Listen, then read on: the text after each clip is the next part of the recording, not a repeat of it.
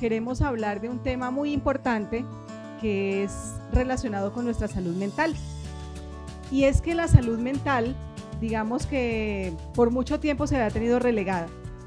Siempre se había pensado que lo más importante es nuestra salud física y que lo que yo haga con este cuerpo era determinante para mi vida, pero olvidábamos que la salud mental pues es fundamental también. Y en esta tarde quiero que en este espacio, que pues cabe decir está patrocinado por el Centro Integral Buena Esperanza, pueden encontrar en YouTube Centro Integral Buena Esperanza CIBE y en Instagram @CIBEPitalito. Este espacio es un espacio formativo donde aprenderemos aspectos muy importantes y en esa oportunidad vamos a ver hábitos que afectan la salud mental. De repente, para aclarar, digamos en primera instancia, ¿qué es un hábito? Pues un hábito es una conducta que nosotros hacemos o ejecutamos de manera, pues digámoslo así, como instantánea, autónoma, no la pensamos mucho. Por esa razón, pues si bien es cierto, hay muchos hábitos que pueden resultar nocivos, queremos hablar de 6 específicamente. 6 que pueden ser que cada uno de nosotros o alguien que conocemos los está ejecutando y están afectando su salud mental. Entonces, ¿qué queremos con esta información? Que ustedes la compartan, que ustedes la repliquen, pero también que ustedes puedan apropiarse de ella. Dentro de los hábitos vamos a encontrar que el primero de ellos pues es el siguiente: desconocer cómo funciona nuestro organismo. Saben que muchas veces nos interesamos por saber cómo funcionan las cosas y nos interesamos de pronto cuando compramos un dispositivo celular, cómo funciona y cómo le podemos sacar provecho a ese celular. Cuando compramos en la casa un electrodoméstico, queremos saber cómo funciona y hasta de pronto podemos revisar el manual a ver cómo funciona. De pronto nuestro vehículo, ¿cierto? Siempre le hacemos preguntas al mecánico como para saber un poco más. Pero cuando se trata de nuestro organismo, ¿qué estamos haciendo? Hay un libro de una escritora norteamericana, Ellen White, que se llama Consejos para los Maestros, y ese consejo que nos dice es: los que obedecen las leyes de salud dedicarán tiempo y reflexión a las necesidades del cuerpo. Miren ustedes, dedicarán tiempo y reflexión a las necesidades del cuerpo. Es decir, que es una responsabilidad nuestra conocernos. Y a las leyes de la digestión. Cuando eso ocurre, entonces continúa diciendo, serán recompensados con claridad de pensamiento y fuerza mental. Consejos para los maestros, página 283, párrafo 4. Conocer cómo funcionamos, pues nos va a dar la oportunidad de consolidar una salud, no solamente mental, sino también física. Ahora, ¿por qué es importante que conozcamos nuestro cuerpo, nuestro organismo, cómo funciona? ¿Cuáles son las razones? Pues veamos que hay algunas razones especiales. La primera de ellas es por salud y bienestar. Saben que conocer nuestro cuerpo nos permite mantenerlo saludable. Si yo sé, por ejemplo, qué tipo de aceite tengo que ponerle al carro, ¿cierto? No le voy a colocar otro para que el carro se me dañe. Eso mismo pasa con el organismo. Cuando nosotros conocemos cómo funciona, pues vamos a saber cómo mantenerlo, cómo cuidarlo, cómo tratarlo. Además de la salud y bienestar, pues para prevenir las enfermedades. Saben que hay algo interesante y es que en ocasiones los síntomas o los signos de alarma se presentan, pero como no sabemos qué es lo que nos está ocurriendo, porque no conocemos nuestro cuerpo, no sabemos si eso es normal o es anormal. He escuchado a muchas personas que dicen, no, es que cuando yo fui al médico, pues yo sí traía como un dolorcito, pero no pensé que eso fuera importante, ¿cierto? Eso mismo ocurre con la salud mental, pero en este punto específico, conocer cómo funciona nuestro cuerpo nos permitirá prevenir a tiempo las enfermedades porque vamos a detectar los signos o síntomas de alarma. También para tomar decisiones informadas. Es que con relación a nuestra vida, tomamos decisiones todos los días. ¿Qué vamos a comer? ¿A qué hora nos vamos a levantar? ¿Qué más decisiones tomamos? Muchas, ¿cierto? Todo el tiempo estamos tomando decisiones, pero esas decisiones, ¿en qué están relacionadas con nuestra salud? Cuando conocemos nuestro organismo y cómo funciona, vamos a tomar decisiones que permitirán que lo cuidemos y lo conservemos o conservemos nuestra salud. También, en cuanto al empoderamiento personal, ¿de quién es el cuerpo que usted tiene? Suyo, es decir, de cada uno. Y ese cuerpo que nos ha sido dado para cuidarlo, para mantenerlo, si nosotros conocemos cómo funciona y procuramos su bienestar, pues vamos a estar ¿qué? Muy bien. Saben que el tema de tomar la iniciativa de cuidarlo no debe ser solamente cuando vamos al médico y el médico nos dice, mire, usted debe dejar de hacer esto o debe empezar a hacer aquello, porque eso ya deberíamos nosotros ¿qué? Haber tomado la iniciativa para empezar a cuidar nuestro cuerpo. Otro aspecto, comprender la sexualidad. La sexualidad no solamente se trata de la reproducción, y conocer nuestro cuerpo nos permitirá, además de tener una buena salud sexual y reproductiva, pues también que lo relacionado con el placer y el bienestar, pues estén bien en nuestra vida. Y finalmente, la relación con el entorno. La conexión con el entorno, si yo estoy bien, voy a poderme relacionar adecuadamente con el otro, pero también voy a estar atenta a las necesidades de los otros, porque no es solamente pues buscar mi bienestar, sino también el bienestar de quienes me rodean, como por ejemplo mi familia. El desarrollo personal es otra de las razones por las cuales yo debo conocer cómo funciona mi organismo, cómo funciona mi cuerpo, cómo cuidarlo. Cuando yo tengo un organismo saludable, ¿cómo me siento? Me siento bien, me siento satisfecho, me siento contento, es decir, que esto incide directamente en la autoestima de la persona. Se siente agradable consigo mismo cuando se ve al espejo, cuando se sube a la balanza, cuando está interactuando con las demás personas. Es decir, la salud es un todo. Y cuando cuidamos el cuerpo, estamos también permitiendo que se cuide la parte mental. Pero resulta que uno de los hábitos que afectan la salud mental es el desconocimiento de cómo funciona nuestro cuerpo. Miren ustedes, es tiempo bien gastado el que se dedica al establecimiento y conservación de una robusta salud física y mental. Pero a veces, si ustedes notan, de manera gráfica he ilustrado 3 momentos. Un momento donde ustedes ven a unas personas haciendo actividad física y esas personas están haciendo actividad física y están contentas. Otro momento en el que está una persona sentada allí en medio de la naturaleza leyendo. Es un momento de salud mental. Y un tercer momento, que es el que está aquí el padre con su hijo, viendo qué frutas desayunarán. Saben que hay ocasiones en que las personas dicen, es que yo no tengo tiempo para hacer ejercicio, o es que yo no tengo tiempo para sentarme a leer o para descansar. Y resulta que es tiempo bien invertido el que nosotros dedicamos al cuidado de la salud física y mental. Es la mejor inversión.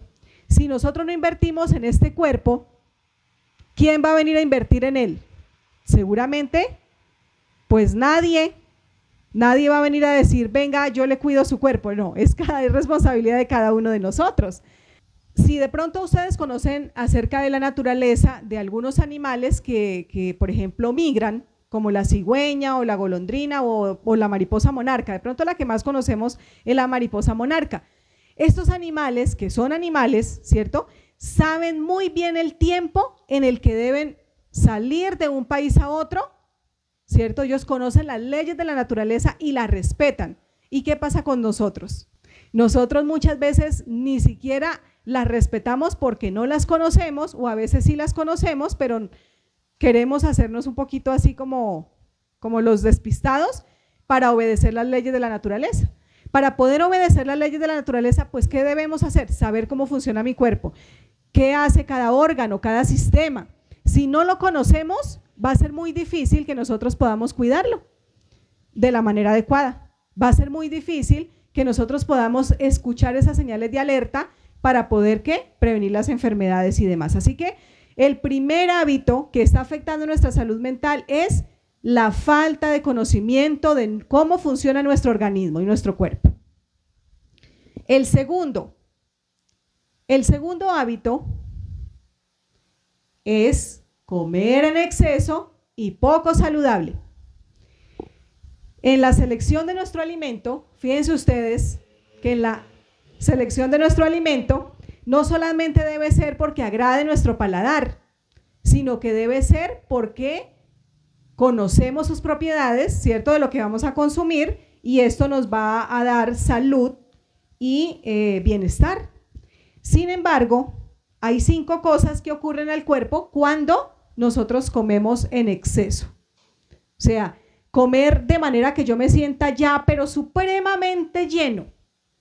Es más, les doy un secreto. Hay una investigación que fue realizada ya hace algunos años, y esta investigación se consolidó en un documental que se llama Las Zonas Azules. Yo no sé si alguno de ustedes la ha visto, pero en ese documental de Las Zonas Azules están hablando de una comunidad específica de Okinawa, Japón, y ellos tienen como secreto de longevidad justamente no comer en exceso, es decir, no comer hasta estar satisfechos. Ellos comen hasta el 80% de su satisfacción, es decir, que les queda un poquito como de hambre. Porque si se consume el alimento hasta quedar completamente satisfecho, el organismo va a tener que trabajar mucho para poder digerir todo ese alimento.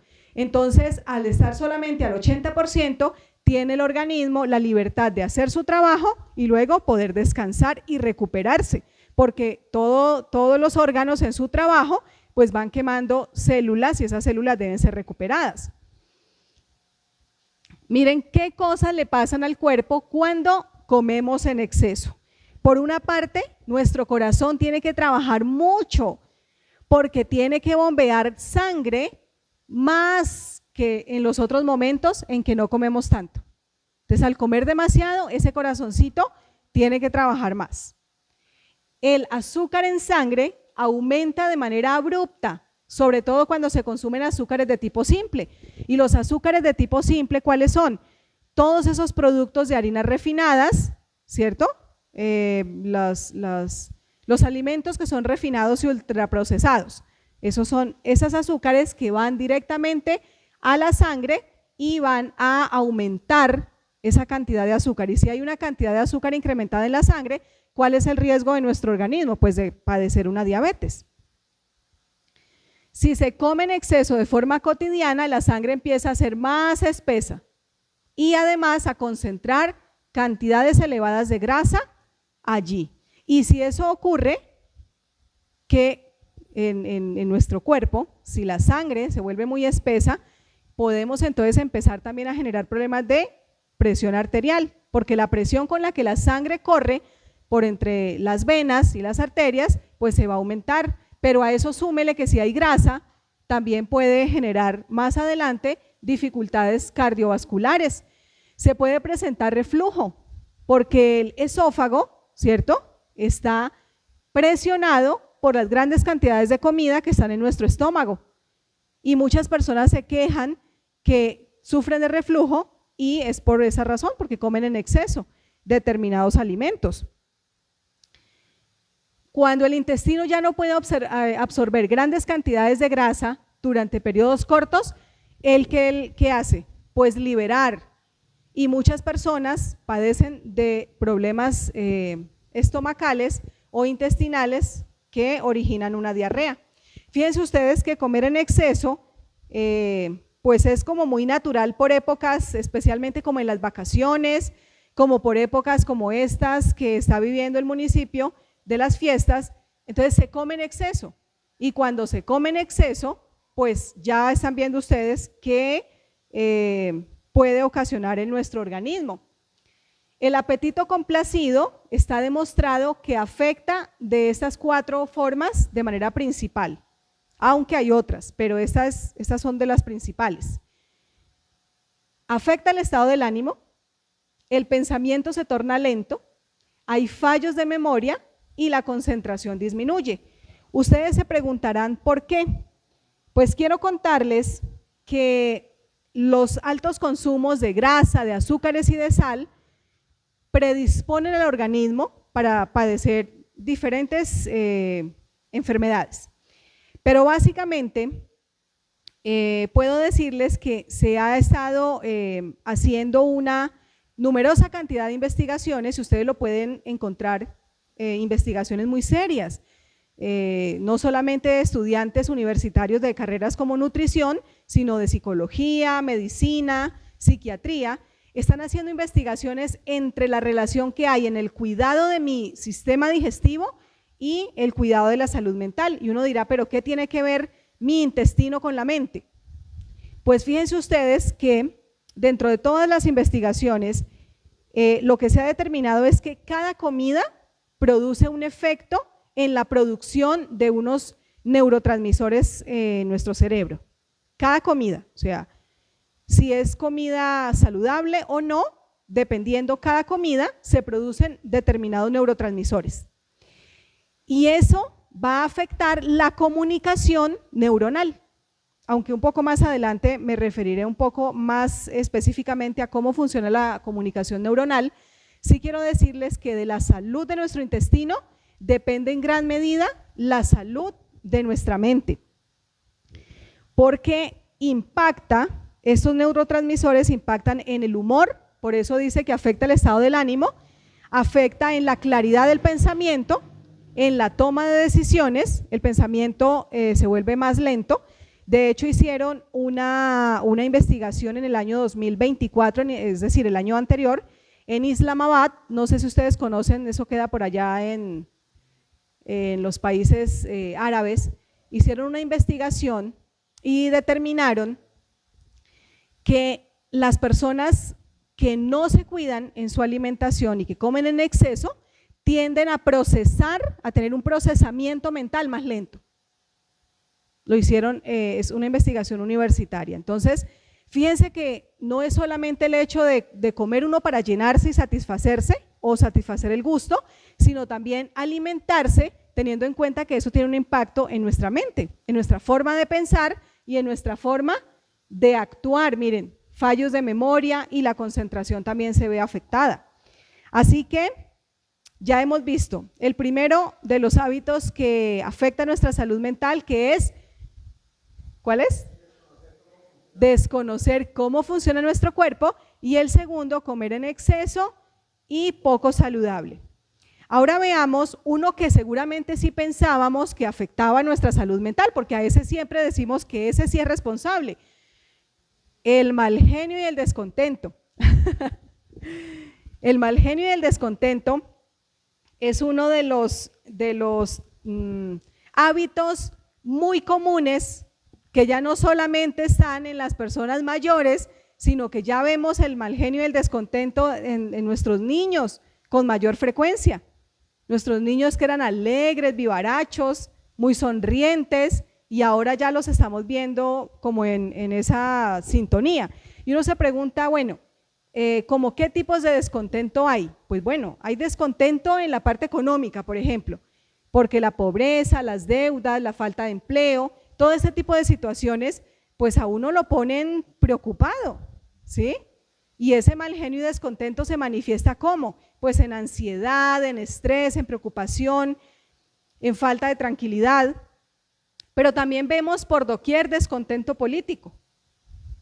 Y no es solamente por el hecho de que el político o el gobernante que esté de turno no haga las cosas como la comunidad espera, sino que se ha perdido paulatinamente la confianza en las instituciones que deberían brindarnos apoyo a las comunidades. Pero también hay un descontento social por la discriminación, por la violencia, por la falta de recursos, por un montón de cosas. Entonces, fíjense ustedes que el asunto del mal genio y del descontento pues se puede presentar de diferentes maneras, pero miren lo que dice acá este texto. Está en un libro maravilloso, yo digo que es uno de los ejemplares de psicología del siglo pasado, Mente, Carácter y Personalidad. Los sentimientos de descontento y los anhelos insatisfechos son los que transmiten las enfermedades del cuerpo y de la mente que muchos padecen. Miren ustedes, o sea, el mal genio no es una cosa que simplemente se experimenta y ella pasó por el cuerpo sin hacer nada, no. El mal genio, la ira o la rabia, como la conocemos, tiene unos efectos en nuestro organismo físico. y afectan también nuestra salud mental de manera muy significativa. ¿Cómo afecta el mal genio diferentes procesos de nuestra mente y de nuestro cuerpo? Miremos, a nivel de percepción, cuando una persona tiene constantemente mal genio e insatisfacción, su percepción del ambiente es que es un ambiente amenazante, es decir, es una persona que está a la defensiva, no está tranquila, está toda hora pensando que el otro quiere tomar partido, que el otro quiere hacerle mal, y entonces una persona que vive percibiendo que el mundo que le rodea es malo, ¿cómo va a vivir? Pues intranquila, amargada, frustrada, claro que sí. Entonces la percepción estará alterada y sus interacciones también serán así, porque si yo pienso que tú me quieres hacer mal a mí, entonces yo ¿cómo voy a tratarte? Como a la defensiva. Y cuando yo estoy a la defensiva, entonces puedo rechazar incluso lindas oportunidades de relacionarme cuando la interacción es una de las estrategias para proteger la salud, aunque eso lo veremos en una siguiente oportunidad. Pero por ahora, la percepción sí se altera con el mal genio y el descontento. Miremos el estado del ánimo. Ya lo decía aquí nuestra amiga, cuando la persona que está con mal genio o con descontento, ¿cierto?, experimenta esas sensaciones, pues tiene tendencia a estar anclada en las emociones negativas. Anclada en las emociones negativas. Y así, pues va a estar llena de amargura, no va a experimentar alegría o satisfacción.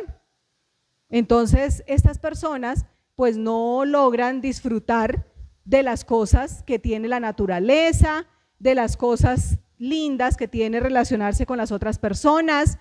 Pues no, porque vive pensando es únicamente en lo malo que el otro hizo o no hizo o que ella percibió como un daño y realmente pues no lo era. El pensamiento que se origina de esa percepción distorsionada es un pensamiento nublado porque las emociones negativas están invadiendo la mente de esa persona. Y entonces, en ese punto, pues no se pueden tomar decisiones con claridad y pues de hecho se puede perder la objetividad a la hora de analizar las cosas. ¿Cuántos episodios violentos no han ocurrido bajo el influjo de un mal genio? Episodios terribles, ¿sí? ¿Por qué? Porque la mente quedó nublada de la claridad y de la objetividad. Entonces, el pensamiento también se ve perturbado. La salud mental, la salud mental, en términos generales, cuando se lleva por largo tiempo el mal genio y el descontento en nuestra vida, pues nos lleva a que nosotros desarrollemos sentimientos desesperanzadores, que tengamos ansiedad, que tengamos incluso dificultades para dormir. Y quien no puede dormir, ¿qué pasa con quien no puede dormir? Pues imagínense, dice aquí la amiga que se la pasa mal geniado el otro día. Claro, pero ese mal genio, ¿por qué es ocasionado? El sueño es el reparador, por excelencia, ¿cierto? Y cuando yo no descanso y no duermo, entonces voy a tener al día siguiente fatiga, irritabilidad, y eso va a continuar nutriendo el ciclo del mal genio y el descontento. Entonces se vuelve un círculo vicioso, imagínense.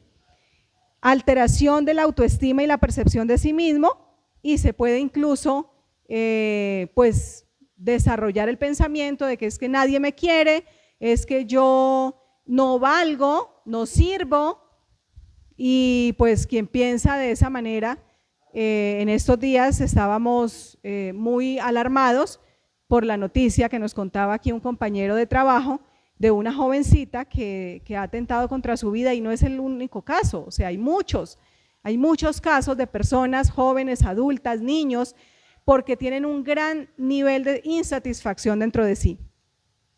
Y si vamos al origen de eso, pues podemos encontrarnos con alguna de las tres cosas que ya analizamos, ¿cierto? que es la falta de conocer cómo funciona nuestro organismo, la inadecuada alimentación porque se come en exceso y poco saludable, o la permanencia de pensamientos y sentimientos de ira, mal genio y descontento en nuestra vida. En cuanto al comportamiento que se ve aquí, pues el comportamiento de una persona con mal genio y con insatisfacción es con tendencia a la impulsividad, a reacciones violentas. Eso va a impedir que se lleven adecuadas relaciones interpersonales.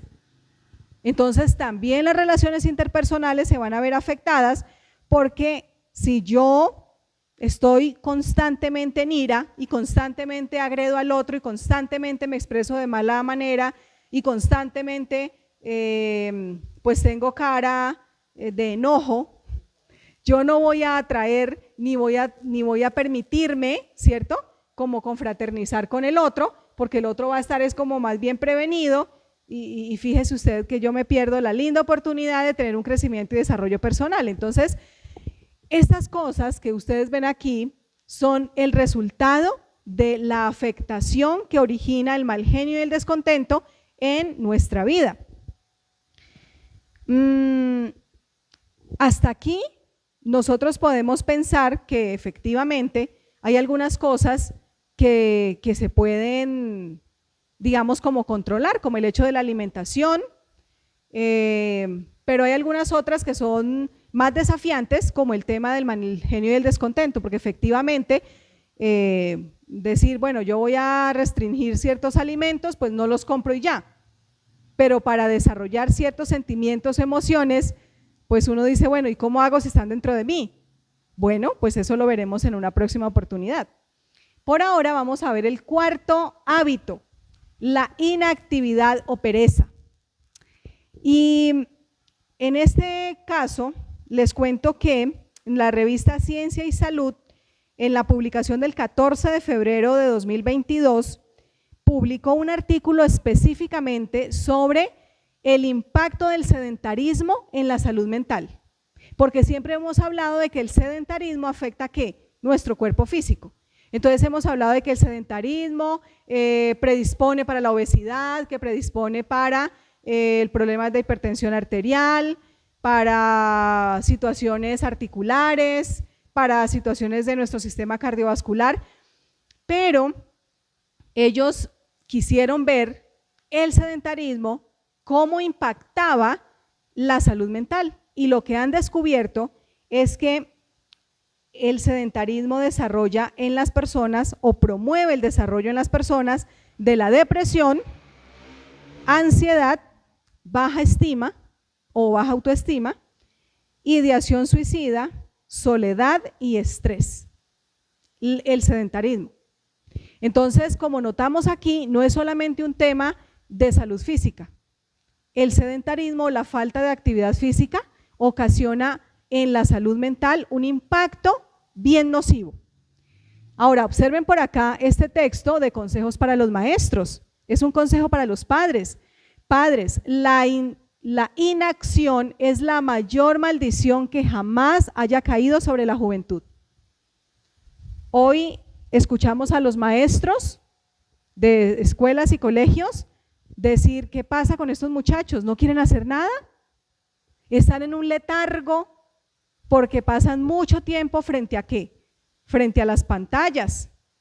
Y frente a esas pantallas pasan mucho tiempo, pero no es un tiempo de instrucción de algo productivo y provechoso para sus vidas, sino que muchas de esas actividades que ellos están ahí contemplando son actividades de ocio que no tiene provecho. En la época más antigua, seguramente la de nuestra infancia, nosotros ¿qué teníamos? Pues teníamos el sol, el patio, la calle para jugar y nos íbamos al río a bañar y teníamos un sinnúmero de posibilidades de estar al aire libre y desarrollamos creatividad, capacidad de resolución de conflictos y un sinnúmero de habilidades, no solamente comunicativas, sino de habilidades físicas, ¿cierto? Pero los chicos de hoy día están permaneciendo, y esto es un dato muy alarmante, digamos que en nuestro país todavía no es tan alarmante el tema de la obesidad infantil, pero sabemos que en los Estados Unidos la obesidad infantil es digamos, el pan de cada día. ¿Por qué? Porque sumado a la inactividad tenemos el segundo hábito que estábamos hablando ahorita, que es comer en exceso y poco saludable. Entonces, esa inactividad no solamente afecta a los chicos, también afecta a los adultos. Ahora, miren por aquí, resulta que en la ciudad de Cali, la Universidad Javeriana, la Universidad Javeriana de Cali hizo una investigación en el año 2021 y esa investigación la hizo con 1.811 jóvenes de 6 universidades colombianas para determinar el impacto del sedentarismo en su actividad cognitiva, en su habilidad de pensamiento. Y lo que ellos encontraron es que, lo que les decía anteriormente, las afectaciones principales resultaron ser el insomnio, porque no hay posibilidad de que se genere la melatonina para que pueda hacer dormir naturalmente a la persona, depresión, ansiedad y estrés. Y esto es por lo que muchos de nuestros jóvenes universitarios están al borde casi de terminar sus carreras y toman una decisión lamentable de autoeliminarse. Porque no es porque ese joven, ¿quién sabe qué le pasó? Dice uno, no, ¿quién sabe qué le pasó? Que la inactividad por solamente estar sentado, lea y estudie sin tener la posibilidad de ejercitar su cuerpo, su organismo, pues le hace muy vulnerable a desarrollar alguna de estas. Y no se diga más, no solamente con los estudiantes universitarios, nosotros los que trabajamos de sol a sol y trabajamos de sol a sol tal vez, en mi caso en una oficina sentada, en el caso de algunos de ustedes de pie, mucho tiempo, pero no se hace actividad física recreativa, ¿sí? Porque es que yo puedo decir, pero es que yo hago actividad física porque yo voy y cargo los bultos y llevo y traigo y subo y bajo. Claro, sí, eso es bueno, hacer esa actividad, pero es una actividad física recreativa que le permita a la mente encontrar, ojalá en medio de la naturaleza, pues esa tranquilidad, pero bueno, eso nos estamos adelantando mucho al otro tema. Entonces, la inactividad y la pereza, junto con el sedentarismo, están llevando a que nuestra mente se vea afectada. Yo creo que ha sido muy claro hasta aquí lo que hemos estado viendo. Ahora, el número 5, sin lugar a dudas, es como el hábito de la sociedad moderna, ¿cierto? Porque anteriormente sí había trabajo que hacer, pero no como ahora. Miren ustedes acá, mantenerse muy ocupados. Ese es el hábito de la sociedad moderna.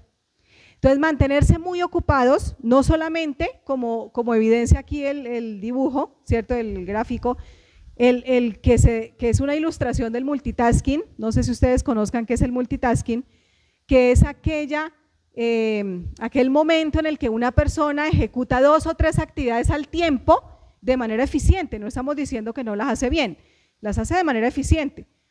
En multitasking mantenemos muchas amas de casa, porque la mamá en su casa, ¿qué hace? Cocina, está pendiente de lavar la loza, de arreglar, de cuidar a los niños, de muchas cosas. En la oficina, en el trabajo, en muchos ambientes, hacer 2 o 3 actividades al tiempo requiere una gran inversión de energía, no solo de energía física, sino de energía mental. Y eso hace que se agobie nuestra atención especialmente y concentración. Entonces, cuando mantenemos muy ocupados, demasiado ocupados, ¿qué es lo que ocurre? Miren ustedes, no queda tiempo para ahorrar nada de energía. Puede ser que una de las razones sea esta. Hay muchos que para ganar más dinero se mantienen archiocupados. ¿Por qué? Con el pretexto de que tienen que realizar todo lo que puedan, porque si no hacen algo se perderá y eso significa un despilfarro. Puede ser que en el pensamiento de muchos, y de hecho ese ha sido un pensamiento muy común, que si usted está descansando, usted está perdiendo el tiempo. ¿Cómo se le ocurre? Pues, ¿cómo es que dice el adagio popular, muy popular aquí en Colombia? El tiempo perdido lo lloran los santos, dice el adagio popular. Y saben que nosotros crecimos con esa cultura de estar a toda hora ocupados, porque si no estamos ocupados nos sentimos que estamos siendo inútiles y que fallamos a la sociedad. Y resulta que nuestro cuerpo fue diseñado para que también tomara pausas de descanso y para que también tomara tiempo para sosegarse, pero resulta que no, corremos todo el tiempo a hacer, entre más hagamos cosas. Entonces, y lo digo por experiencia, hay mañanas que suena la alarmita esta del municipio a mediodía, porque estamos en un municipio donde suena la alarmita todavía, y suena a mediodía y yo volteo a mirar y digo, no hice nada, y no, realmente hice muchas cosas, pero no todas las que había planeado, y entonces me siento como si no hubiera hecho nada. Lo digo por experiencia, o sea, mucho nos pasa, pero estar muy ocupados también representa un daño para nuestra mente, un daño para nuestra mente. Resulta muy fácil perder la salud y no podemos darnos el lujo de empequeñecer o debilitar una sola función de la mente o del cuerpo por trabajar en exceso. Esto está en una revista que se llama My Life Today, página 142, es una revista norteamericana, y dice que no debemos abusar de cualquiera de las partes de la maquinaria viviente. ¿Ven ustedes? Este cuerpo, hace un momento hablábamos del empoderamiento personal, este cuerpo es lo más valioso que yo tengo. No es el negocio que su merced tiene, Alexander, en la panadería, no es el negocio o la profesión de cada uno de los que está aquí, es el cuerpo, porque con él es que va a ejecutar todas esas labores. Pero resulta que a veces este cuerpo y esta mente pues son dejadas como que nosotros decimos, uy no, hay que apagar tal aparato porque si no se funde, ¿cierto? Se le acaba la batería, hay que hacer, pero con el cuerpo le exigimos y le exigimos y le exigimos y entonces no le dejamos tiempo para que pueda reposar. Muy bien. Finalmente, el sexto hábito que hace mucho mal a nuestra mente, aunque pareciera que solo afecta al cuerpo, nosotros muchas veces pensamos que ciertos alimentos o ciertas sustancias afectan solo el cuerpo, resulta que no. Y en este momento vamos a ver lo siguiente, el consumo de sustancias nocivas.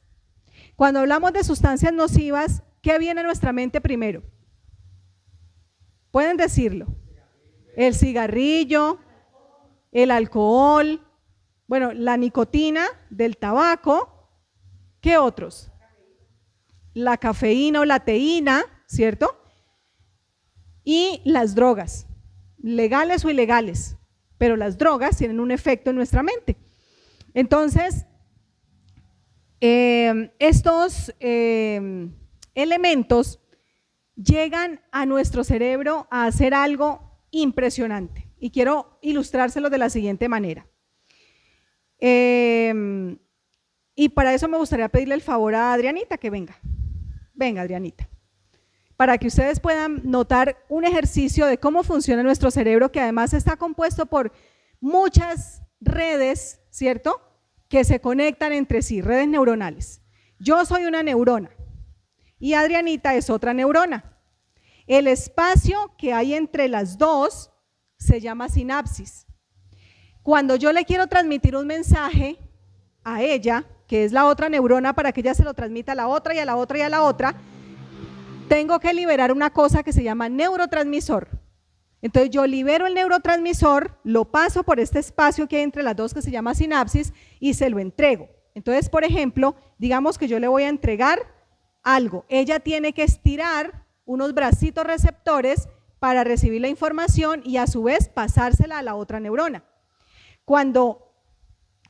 Ese es el proceso que hay todo el tiempo, cuando nosotros estamos hablando, cuando estamos escuchando, cuando estamos haciendo alguna actividad, todo el tiempo está una neurona, dependiendo si es una neurona del lenguaje o es una neurona motora o es una neurona de la visión o de la audición, estamos en este momento.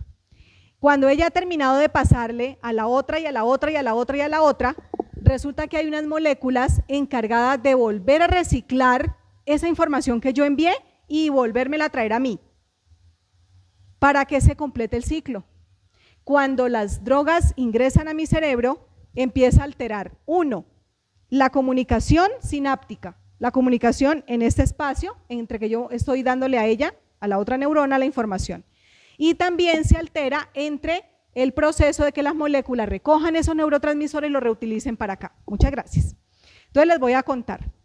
Por ejemplo, la marihuana y la cocaína, que son drogas, más la marihuana de pronto que la cocaína, son drogas que la gente dice, pero es que es natural.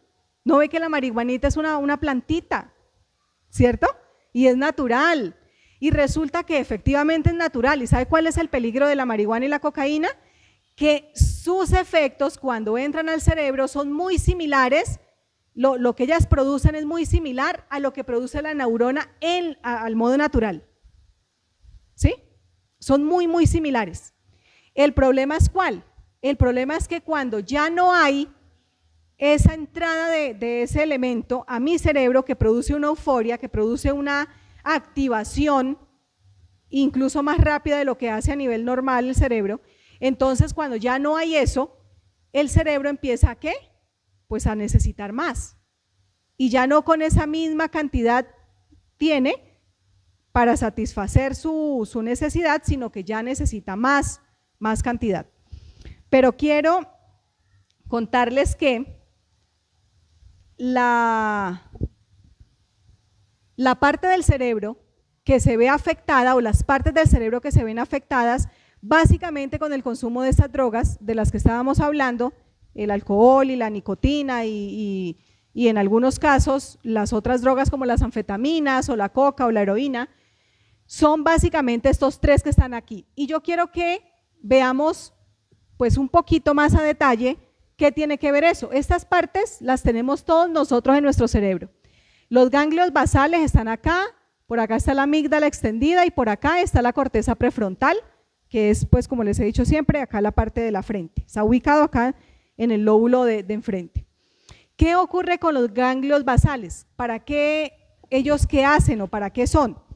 Pues imagínense que los ganglios basales son los encargados de que cuando usted se preparó esa comida rica y se la comió, usted sintiera satisfacción.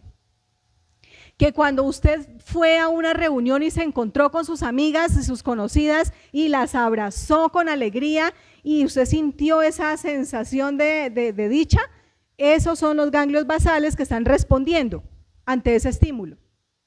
Ellos son los encargados o se conoce como el nodo del placer. Él es el encargado de que yo sienta satisfacción cuando se come, cuando hay interacción social o cuando hay actividad sexual. Pero ¿qué ocurre? Cuando la droga entra al organismo, va y afecta a los ganglios basales, es decir, hace que la persona experimente satisfacción y placer con esa droga. Llega el momento en que el organismo ya se va perdiendo la sensibilidad y, como les digo, ya no es suficiente ese poquito, sino que se necesita más, y es cuando ya usted no va a sentir placer y bienestar comiendo o en la actividad sexual o en la interacción social, sino que va a sentir satisfacción solamente si usted consume esa droga. Eso ocurre, ¿sí? Con relación a la amígdala, la amígdala es esa parte de nuestro cerebro que está encargada de la irritabilidad, del mal genio, de ese malestar. Entonces resulta que cuando la persona consume la droga, experimenta esos subidones de placer y cada vez va a necesitar más. Y cuando no está presente la droga, entonces la amígdala, ¿qué hace? Se activa mucho más de lo normal, ¿sí? Y cuando se activa más de lo normal, la adicción muchas veces no es por el placer que la persona siente, sino por la necesidad de dejar de experimentar el displacer o ese malestar. Y por eso se llama síndrome de abstinencia. Entonces una persona con síndrome de abstinencia, ¿qué hace? Empieza a temblar, tiene mucha irritabilidad, dice cosas hirientes, se comporta de maneras demasiado inadecuadas. ¿Por qué? Porque su amígdala está completamente disparada y solamente se calmará cuando ¿qué? Cuando llegue otra cantidad de droga, active los ganglios basales que son del placer y ella ahí se va. Entonces la adicción, la persona se va incrementando cada vez más esa necesidad. ¿Qué pasa entonces con la corteza prefrontal? Pues resulta que la corteza prefrontal es la última en desarrollarse en nuestro cerebro. O sea, se desarrollan otras partes del cerebro y la última es la corteza prefrontal, después de que pasa la adolescencia. Por eso nuestros adolescentes, los niños, los jovencitos adolescentes, son más vulnerables, porque ¿qué hace la corteza prefrontal? Pues es la que nos da la capacidad de tomar las decisiones, es la que nos da la capacidad de planear, de controlar las emociones, es decir, el ser personas, por resumirlo. Si la corteza prefrontal está inactivada, la persona ¿cómo va a reaccionar? De manera impulsiva, no va a controlar las emociones, va a hacer comportamientos que no solamente le dañan a sí mismo, sino que dañan a quienes le rodean. El efecto que tienen las drogas sobre nuestro organismo no solamente se ven en que la persona tenga ojeras, que baje de peso, ¿cierto? Sino que tiene una alteración muchísimo más significativa en esa comunicación neuronal. Cuando nosotros podemos comprender que el cerebro, ¿cierto? Es el epicentro del ser humano, pues aprendemos a cuidarlo.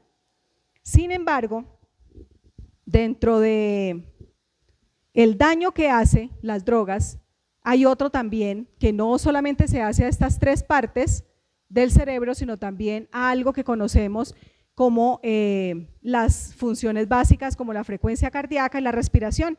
Por eso cuando alguien muere de sobredosis, no es que se puso y se consumió una cantidad elevadísima de droga, no. Hay personas que han muerto de sobredosis por una cantidad mínima, pero el problema fue que esa cantidad mínima fue al tronco encefálico y ese es el encargado de controlar nuestra respiración, nuestra frecuencia cardíaca, y entonces la persona deja de existir, así hubiera sido poquita cantidad. Bien, mis queridos, hemos visto 6 hábitos que afectan nuestra salud mental y vamos a ver aquí un resumen. Primero, no obedecer las leyes del organismo por desconocimiento de cómo funciona. Comer en abundancia sin dominio de los apetitos o comer en exceso y poco saludable. El mal genio y descontento, inactividad o pereza, mantenerse muy ocupados y el consumo de sustancias nocivas.